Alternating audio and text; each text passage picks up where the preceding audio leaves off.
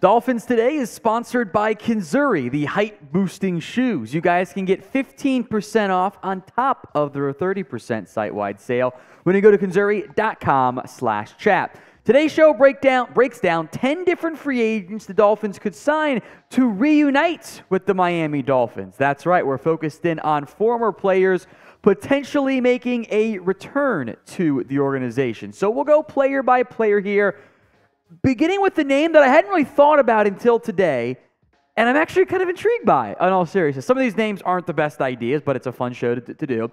Ndamukong Suh actually could make a little bit of sense if he can still contribute, because last year for the Philadelphia Eagles, the splash plays had disappeared. He had 11 TFLs and 6 sacks, and 7 TFLs and 6 sacks in his previous 2 years with the Tampa Bay Buccaneers. But the play was beginning to decline beyond what we remember him as in his prime in Detroit and in Miami. He wasn't as impactful for Philadelphia, but they were decimated by injuries. They added him mid-year. Going back to Miami could actually make some sense if the Dolphins feel the need to add more help, because I don't love what they have up front right now in terms of depth. The top 3 at 4, how we're playing Agba, Zach Sealer, Raekwon Davis, Christian Wilkins. I like that group. At this stage in his career, Ndamukong Suh is going to be a run stopper. He is not going to be a dynamic penetrator. He doesn't have the juice anymore at age 36. At least he turns 36, I should say, in November. So it's his age 36 season. That's old for a defensive lineman. That's only like 6 years older than me, but I might be built a little bit like it, but I'm not actually a defensive lineman anymore, or ever. I don't hate this idea, though, if he can still help. And that's the big if there at his age with the regression we've seen in terms of his numbers. If you think he can still be a number 4 or 5 defensive lineman and the young guys don't emerge in camp, it could make some sense. You're already in training camp. Let the young guys play first, see what they offer you. If they don't flash, if they don't impress, I'm actually not opposed to adding a player like Ndamukong Suh or other available free agent defensive linemen, but we're talking former Dolphins, so yeah, I think it actually makes some sense. So what do you think? Do you want to bring back Ndamukong Suh? Y for yes, N for no. This is going to be today's pinned comment, so if the ad comes here on YouTube, take advantage of it. Head down there, give me your honest thoughts. If you hate it, that's fine too. Y for yes, N for no. You probably knew this name would be on here, Jarvis Landry, who has most recently been with the New Orleans Saints. We'll put the former players' logos behind because that's more fun than and not just a bunch of NFL logos all in a row. Landry is less intriguing to me than Ndamukong Suh. Maybe is a bigger name at this point in their NFL careers, position player, whatever. I don't think he has much left, if anything. If you were to look up regression in the dictionary, Webster's would have taken a screenshot of this video and just put it right there. Because this is what regression looks like. Fewer catches, fewer yards, worse average, fewer touchdowns, fewer games played. Everything is on the downward trend. At Landry's age, probably not going to get any better. The scenario in which it might make some sense is if you get decimated at receiver. If Robbie Anderson, whatever it is, doesn't emerge, okay, then maybe that's your best option. Landry's a slot only, as you guys all know. Braxton Berrios, if he can't make an impact, then maybe you get a little bit antsy about what you have at the slot receiver spot. You're also paying Cedric Wilson a bunch of money. Maybe you just finally play him at that position. So, big name, not as intrigued by it as others on this list. Today's show is presented by Kinzuri. If you ever wished you were a little bit taller, maybe Jarvis Landry did wish he was a bit taller so he could play more on the outside, but he had a pretty good NFL career. Maybe you matched on Tinder, but her profile says, you got to be over 6 foot. Maybe your date wants to wear heels, but can't because it will make her taller than you. We have Short Kings covered with today's sponsor, Kinzuri. They make shoes that can make you 2.8 inches taller without anyone knowing. Girls get heels, makeup, push-up bras, and men deserve a boost in confidence as well. Kinzuri shoes are not just height-boosting, but also stylish and comfortable. They are not grandpa's Velcro shoes, but rather fashionable shoes that can receive compliments even without the height increase. The height insoles are built into the shoes, making it the ultimate height hack. For a limited time, you guys can get 15% off your order at Kinzuri.com/chat. The site is already 30% off, so with our link, you get an extra 15. If you can't do math, that's 45% off your entire order. Support our show and check them out at CONZURI.com/chat. Life is short, but you guys don't have to be. Level the playing field. Check out the description and the comment section. It's Kinzuri.com/chat. Link will be in there for you guys. Kenyan Drake is next up here. Hey, that's a former Dolphin, right? That's actually some of his best success in his time in the NFL with the Miami Dolphins, with the Cardinals as well. His numbers have also, again, so I'll say this one more time, and then I'll try to say it again.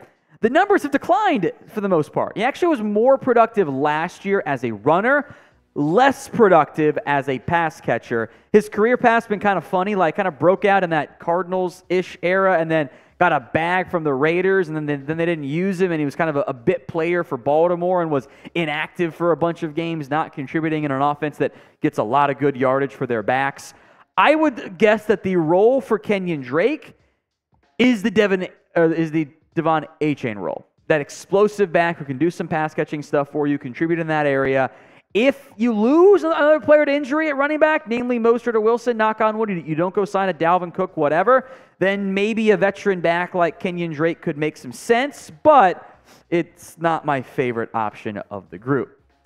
We got a bunch more names to get to. Who is a free agent that you want to reunite with? Sound off in the comment section. No wrong answers. Just let me know right now.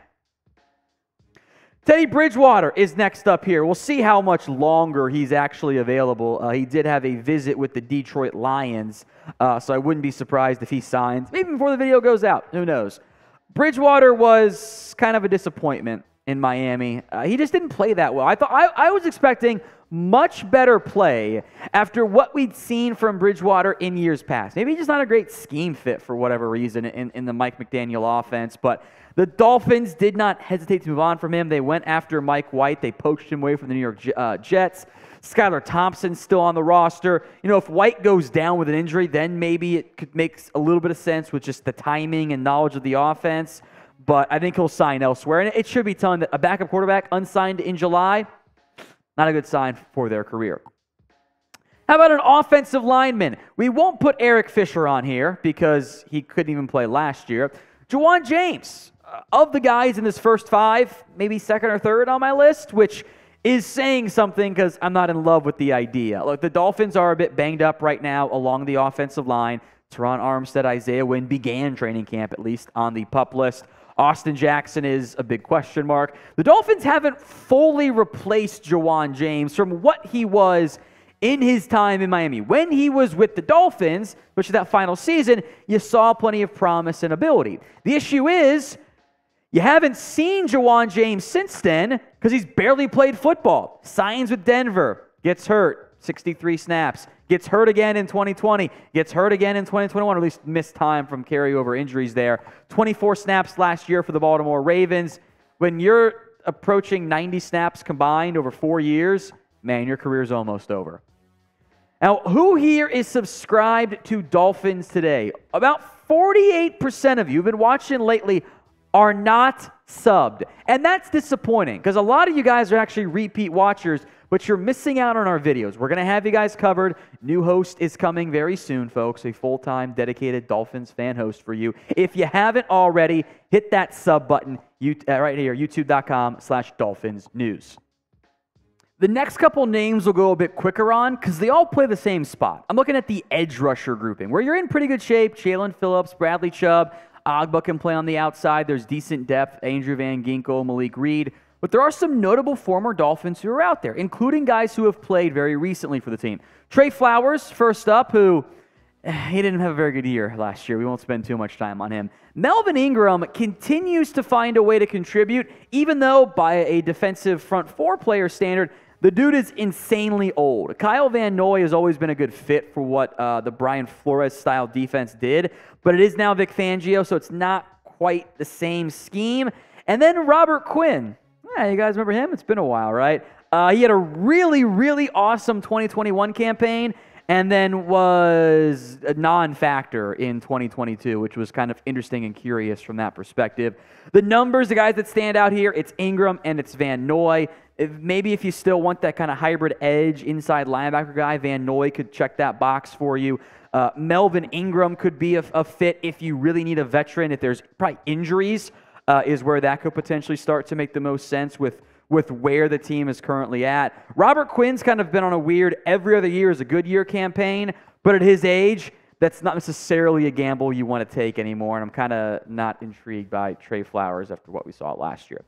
So pick one to sign if you had to sign one. TF for Trey Flowers, MI for Melvin Ingram, KN for Kyle Van Noy, or RQ for Robert Quinn. And one more Dolphin, Byron Jones, or I should say former Dolphin here. Byron Jones, I liked him a lot from coming over from Dallas to the Miami Dolphins. Thought he worked really well with Xavier Howard until he got hurt. I think Byron's career, unfortunately, is over. You saw the cryptic tweets. He was a post-June first cut, no-brainer there. The Achilles injury never quite responded the way it was supposed to. Allegedly, may have met with the Cowboys team doctor to get a feel for it, and they told him, hey, it's just not going to work for you, my friend. So, name to monitor if he is healthy, but I just don't think that he is, unfortunately.